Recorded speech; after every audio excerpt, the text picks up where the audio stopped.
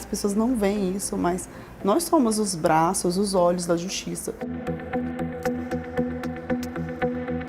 Você anda, às vezes, 1000 quilômetros para fazer uma notificação de audiência, para fazer uma citação, para fazer uma penhora. O oficial de justiça é quem dá cumprimento, dá efetividade na prática a todas as ordens, decisões, determinações emanadas do juiz.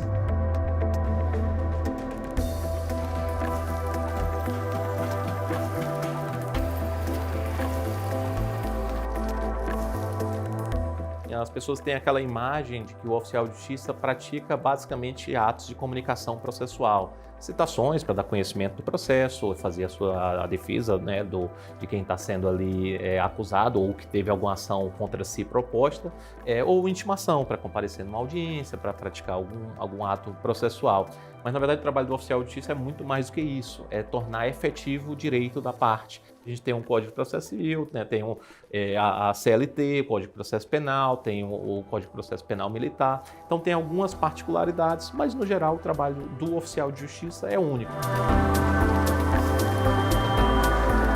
Nós trabalhamos muito com penhora, avaliação e também citação, alvará de soltura, mas o que mais tinha mesmo era penhora. A clientela da Justiça do Trabalho em execução normalmente são patrões, empresários, que deixaram de pagar férias, 13º,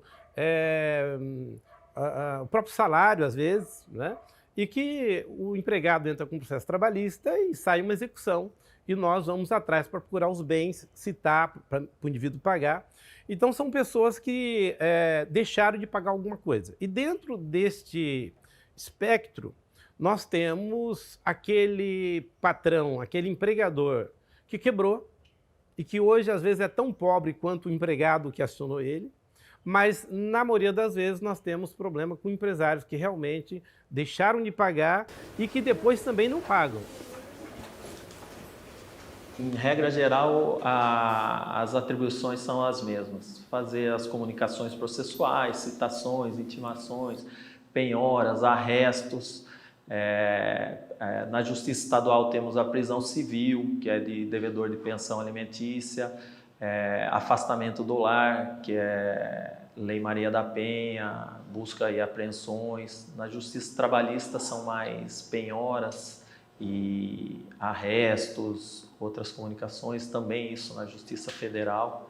E a militar ela é mais específica, que são processos contra militares.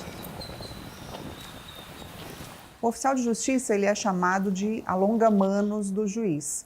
Isso significa que ele é a extensão do braço do juiz. É como se ele fosse uma outra mão para auxiliar o juiz naquilo que ele precisa. Então, o juiz dá uma ordem que precisa chegar a uma das partes, seja o trabalhador, seja o empregador.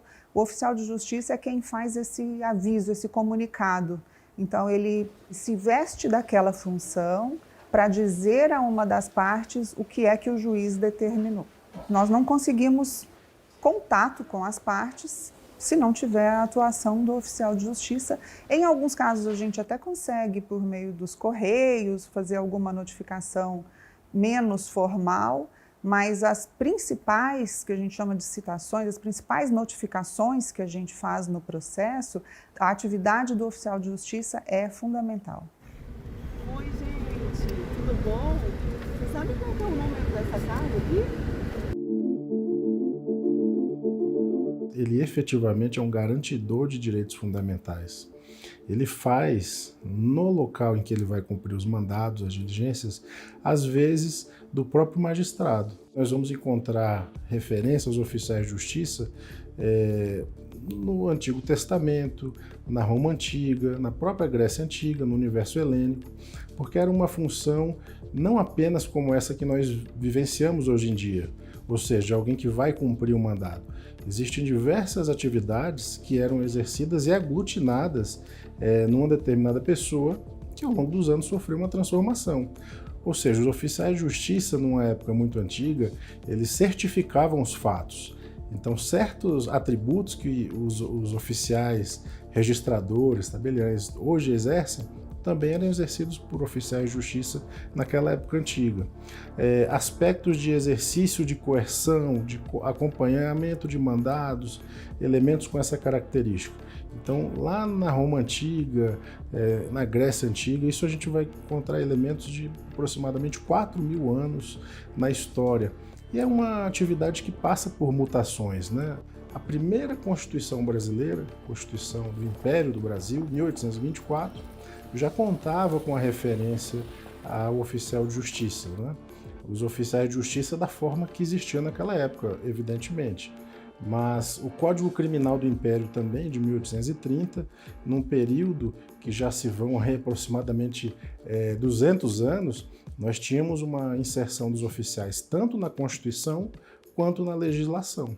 E é evidentemente que hoje os oficiais de justiça não constam, né, na Constituição originária de 1988, mas eles estão presentes em diversas leis esparsas.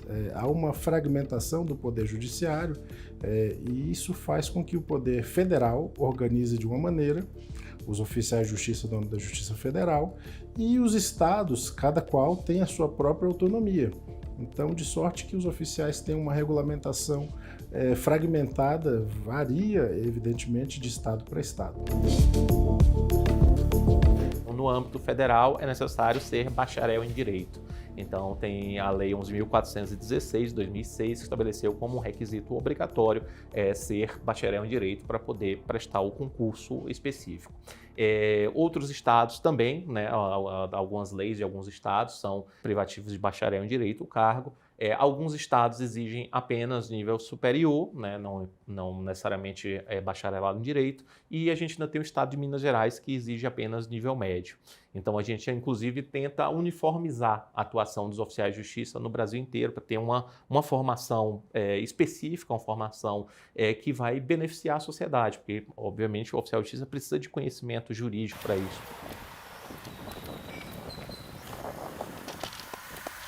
O oficial de justiça, muitas vezes, é quem acaba descobrindo coisas importantes que o juiz precisa, informações que o juiz precisa ter para resolver um processo, uma prova que não veio no processo, ele não sabe dizer de verdade qual era o tamanho daquele imóvel que ele está querendo, que a parte ofereceu como penhora e disse que é um tamanho X e a outra parte disse que não era. O oficial de justiça pode fazer essa função. O oficial de justiça pode ir, por exemplo, numa instituição pública ou num órgão público e perguntar se esse órgão tem dinheiro a receber de uma empresa que é devedora aqui na Justiça do Trabalho. Então, ele auxilia muito o juiz nessa busca de informações também. Ele não serve só como a voz do juiz. Muitas vezes é ele quem traz a voz para o judiciário. Então, é bem comum que o oficial de justiça seja também utilizado numa espécie de investigação, quando há alguma dúvida sobre algo que o oficial de justiça pode efetivamente ajudar no processo. Mora aqui há quanto tempo, dona Rosiane? Um mês.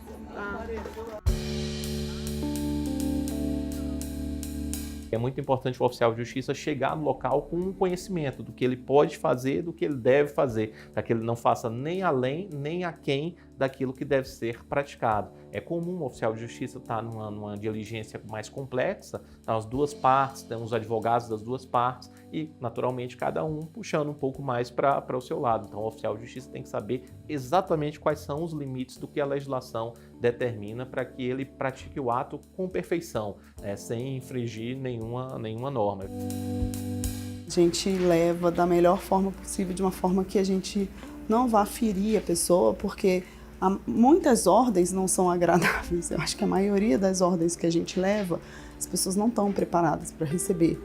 Muitas pessoas, quando elas veem o oficial de justiça, elas levam um choque. O que o oficial de justiça está fazendo na porta da minha casa? Então a gente vem com educação, vem com jeitinho, eu normalmente chamo para conversar, pergunto, porque muitas questões são dívidas, a pessoa acabou se enrolando por alguma outra questão. Então eu sempre tento ter uma conversa bem razoável, mas por conta da pandemia, muitas pessoas quebraram, muitas pessoas se endividaram. Então, quando chega o oficial de justiça, é um choque. Eu sou o Arthur, oficial de justiça estadual aqui no Rio Grande do Sul. A história que eu quero contar hoje foi lá da minha primeira comarca, que foi Mostardas. Era uma situação de busca e apreensão de veículo. E eu tava fazendo esse deslocamento e diminuí o carro para passar pelos buracos. E atrás de mim veio um veículo em alta velocidade e acabou colidindo na minha traseira. E se fechou aquela confusão ali dos carros passarem mais devagar para olhar o acidente e tal. Um dos veículos que estavam passando era justamente o veículo que a gente tinha que fazer a busca e apreensão. Tava toda a família dele junto e eu falei, olha, senhor fulano, infelizmente esse veículo está em busca e apreensão, eu vou precisar que o senhor desça do carro agora e o senhor não pode mais andar com esse carro. E então ele desceu do carro pra gente conversar e ele pediu ao localizador que pelo menos deixasse ele levar a família dele até a cidade para eles não ficarem a pé e ter que andar praticamente 10 quilômetros para chegar até a cidade. O localizador aceitou e sobre a condição que ele teria que ir junto no carro para ele não se evadir, não fugir com o carro, né? Fim da história, meu carro foi guinchado até a mecânica porque não tinha condições de andar. Eu peguei carona até a cidade para poder efetuar a busca e apreensão. Ele chegou lá, deixou a família dele e entregou o carro e assim fizemos a busca e apreensão e deu tudo certo. Olá, eu sou Gisleia Menezes, sou oficial de Justiça do Trabalho em Mato Grosso. A história que eu vou contar aconteceu quando eu estava trabalhando na Vara do Trabalho de Água Boa. Eu estava na zona rural quando percebi que a caminhonete havia perdido o freio. Não tinha celular, passava poucos carros, o movimento era muito pequeno para eu esperar socorro, então minha única opção de fato era seguir viagem. Eu me utilizei do freio motor para transpor toda essa distância. Foi tudo muito tenso, porque eu tinha que me antecipar às curvas, às pontes, para conseguir diminuir a velocidade. E quando eu cheguei na cidade, na avenida principal, isso já era por volta de umas 8 horas da noite, graças a Deus o movimento era pequeno, e eu consegui ali mesmo na avenida vislumbrar um hotel. Ao tentar parar a caminhonete dentro do estacionamento, ali eu de fato me confundi com os pés. Ali a caminhonete deu aquele pulo, quando você desliga ela da forma errada, ela deu aquele pulo e bateu na caminhonete da frente que estava estacionada. Aquela batida, por simples que seja, foi o estopim para eu perder todo o meu controle emocional. E aí, depois que eu descarreguei no choro, eu percebi que tinha sido só um prejuízo financeiro e vida que segue. No dia seguinte, eu tomei as providências e continuei viagem. Eu sou o Martim, sou o oficial de justiça aqui da auditoria da 12ª CJM, Justiça Militar da União, no estado do Amazonas. O caso no qual eu atuei, ele era assim. Nós tínhamos um cidadão que era acusado num dos nossos processos e ele estava preso por um processo da Justiça Estadual. Estava preso em Santo Antônio do Içá, uma pequena cidade aqui do interior do Amazonas. E no nosso processo havia uma determinação para que ele fosse intimado pessoalmente. O juiz determinou então que eu me deslocasse até lá. E aí vem os grandes desafios para fazer esse deslocamento, porque o acesso a Santo Antônio do Içá é apenas por avião ou por via fluvial, né? Não tem linha aérea regular para lá. Demorou 10 horas a viagem. Cheguei em Santo Antônio do Içá no final da tarde, aí fui lá fazer a intimação. Eu estava preso na delegacia de polícia, né? E aí é outra constatação, né, das dificuldades.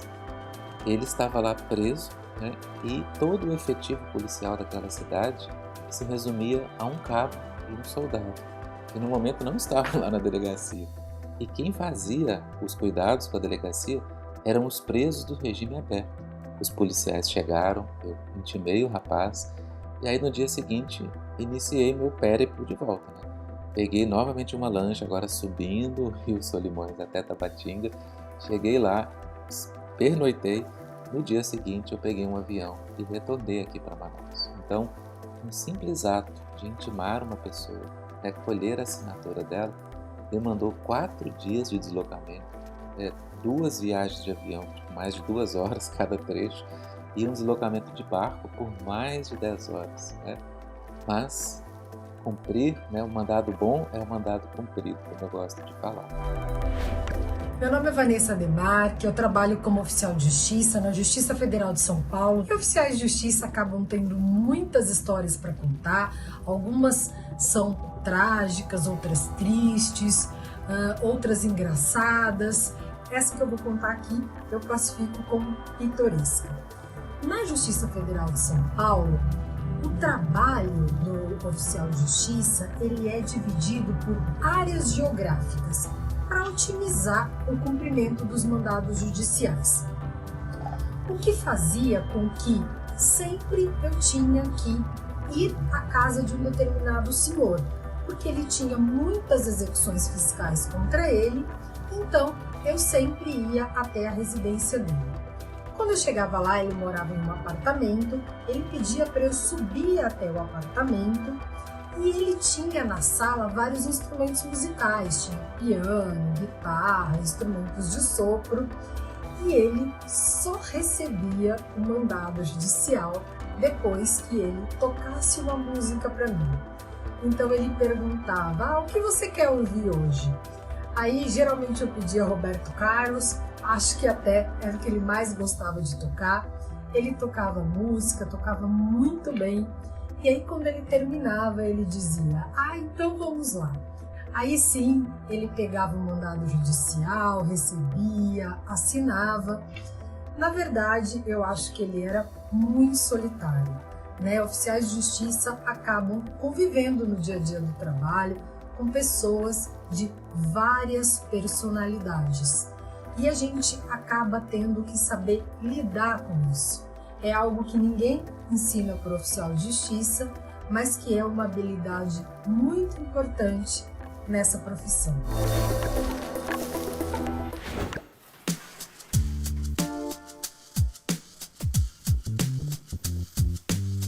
Quando você vai para o judiciário, há uma briga entre partes. E a parte que perde, ela vai ser citada, vai ser intimada, vai ser presa, enfim. E então, nós somos portadores de más notícias e às vezes de boas notícias. Por exemplo, uma reintegração do empregado que foi demitido por justa causa e de repente ele ganha a causa e tem que ser readmitido. Então a gente também leva boa notícia. Ou quando vai levar, por exemplo, para ele sacar o depósito dele que foi depositado para ele. Mas isso são exceções. É possível levar notícia boa, né? Às vezes acontece uma situação de um herdeiro para receber algum valor, ou então algum levantamento de valores, um alvará de soltura. Então são os oficiais de justiça que vão, por exemplo, num presídio para libertar uma determinada pessoa quando o juiz entende que já houve o cumprimento da pena, ou eventualmente é o momento de soltar quando já cumpriu ali a prisão preventiva dentro do que o juiz entendia que era adequado num determinado processo. As boas são a questão das internações em leito de UTI, que quando a pessoa consegue ser lotada em um leito de UTI que ela está esperando, ou então um medicamento que ela estava aguardando.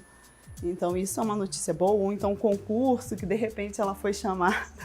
É uma alegria, mas normalmente as notícias não são as mais agradáveis. A maioria das pessoas não quer um oficial de justiça na porta, infelizmente. O oficial de justiça, quando ele pega um mandado judicial na mão, normalmente ele vai entrar numa área tão perigosa que a gente fala o seguinte, que o mandado judicial, na verdade, é um galão de gasolina.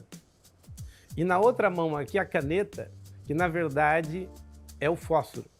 Então você chega com um galão e um fósforo numa área que você não conhece e que você não sabe o que vai acontecer ali, né? E às vezes uma simples intimação pode se tornar até uma tragédia. Uma profissão perigosa porque você nunca sabe o que você vai encontrar, né? Desde uma comunicação processual simples, uma intimação, você não sabe como você vai encontrar a parte que você está indo cumprir essa determinação, o jurisdicionário, como ele vai reagir nisso. Até as mais complexas, que é um afastamento de um agressor do lar, ou numa prisão civil por pensão alimentícia, ou numa busca e apreensão do automóvel de uma pessoa que você vai tomar um bem dele, que ele acha que é dele, né? Ou numa reintegração de posse. Em tudo há o risco envolvido. Em virtude da peculiaridade da atividade do oficial de justiça, ele, né, é mais vítima. Às vezes a gente tem até situações assim de oficialas de justiça, especialmente, vão sozinhas no carro próprio, então às vezes se transforma numa vítima perfeita, né, para um local que já é perigoso. Então a gente tem muitos casos de roubo, né, de veículo de oficial de justiça, em virtude da forma de atuação. Então o oficial de justiça exerce, sem dúvida nenhuma, uma profissão de alto risco, né? É importante ter muito cuidado, né, no dia a dia, né, se cercar daquilo que é possível, mas a gente tem cobrado também dos tribunais uma maior segurança para que os oficiais de justiça possam desempenhar suas atribuições com tranquilidade. Eu trabalho na parte da manhã exatamente porque eu fui orientada, existe um sistema chamado Sistema Sol. A gente teve conversas com policiais para orientar a gente qual que seria o horário mais, como é que eu posso dizer, mais seguro em cada zona. Na minha zona, o melhor horário para trabalhar não deve ser à tarde. Então vai pela manhã, que é mais seguro. E aí, como eu sou mulher, eu opto por roupas que não chamem nem um pouco atenção, coisas neutras, mais largas, nada de maquiagem, uma roupa mais simples para não chamar atenção, porque infelizmente, como mulher, eu já tive várias questões de assédio. Desceram 2 assaltantes com um revólver na mão e me mandaram entrar no carro, né? Eu falei que era oficial de justiça, até porque tinha vários mandados ali no banco da frente, ao lado do motorista. Aí ele falou, ó, você é oficial de justiça, então a próxima vez que eu encontrar você, eu quero você com o meu alvará de soltura na mão.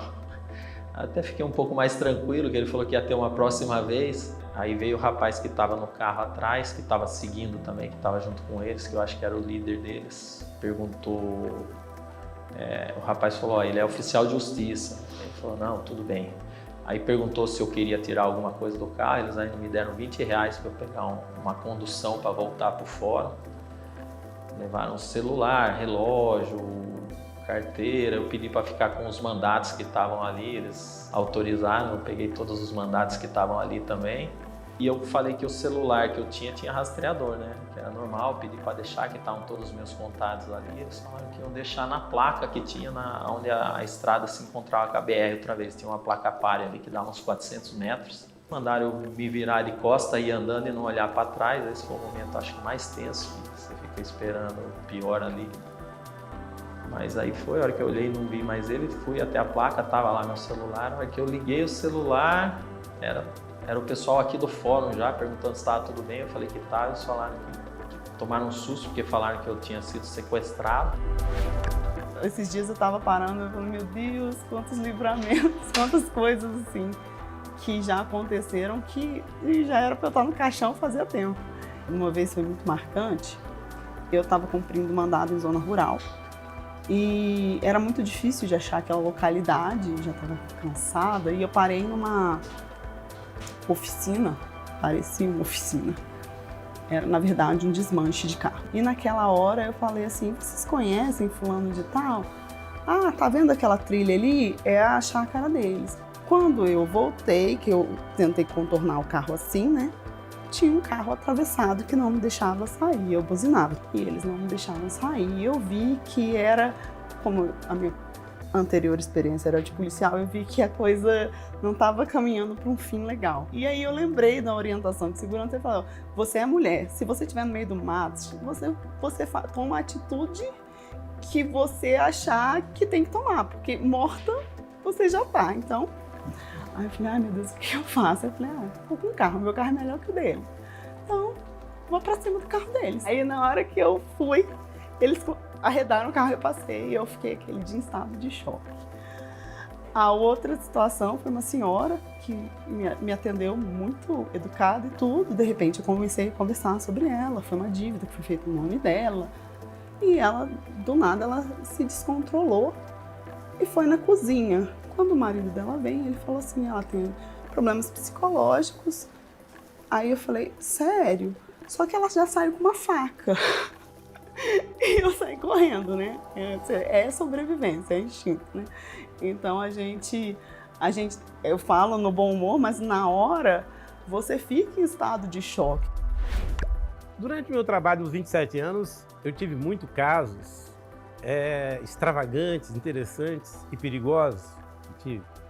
Entre eles, um que me marcou muito, eu trabalhava em Diamantino, na cidade de Diamantino, e saiu uma notificação de audiência para uma pessoa que tinha um nome de origem asiática.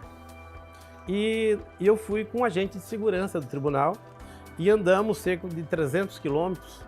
A gente estranhou muito, porque fazenda de soja não tem casa de madeira e fazenda de soja tem sedes. E o mais interessante, não tinha silos nem armazéns, uma fazenda de soja. Atravessamos toda a mata, tinha mais soja do outro lado, e aí tinha talvez uns 30, 50 pessoas, todas armadas, inclusive com rifle, com pistolas, tudo na mão. Eu e agente de segurança, o agente de segurança também estava desarmado, todos nós desarmados. E depois chegou o indivíduo e ele não falava português. Aí a mulher dele, brasileira, que conseguia conversar com ele, e eu notifiquei ele através da mulher dele, que foi falando, e ele assinou, entendeu o que era. E depois ele foi na audiência e resolveu, pagou tudo lá na hora. E aí nós descobrimos que, na verdade, não era fazenda de soja nada, era tudo fachada, na verdade, era um narcotraficante dos maiores aqui do Brasil.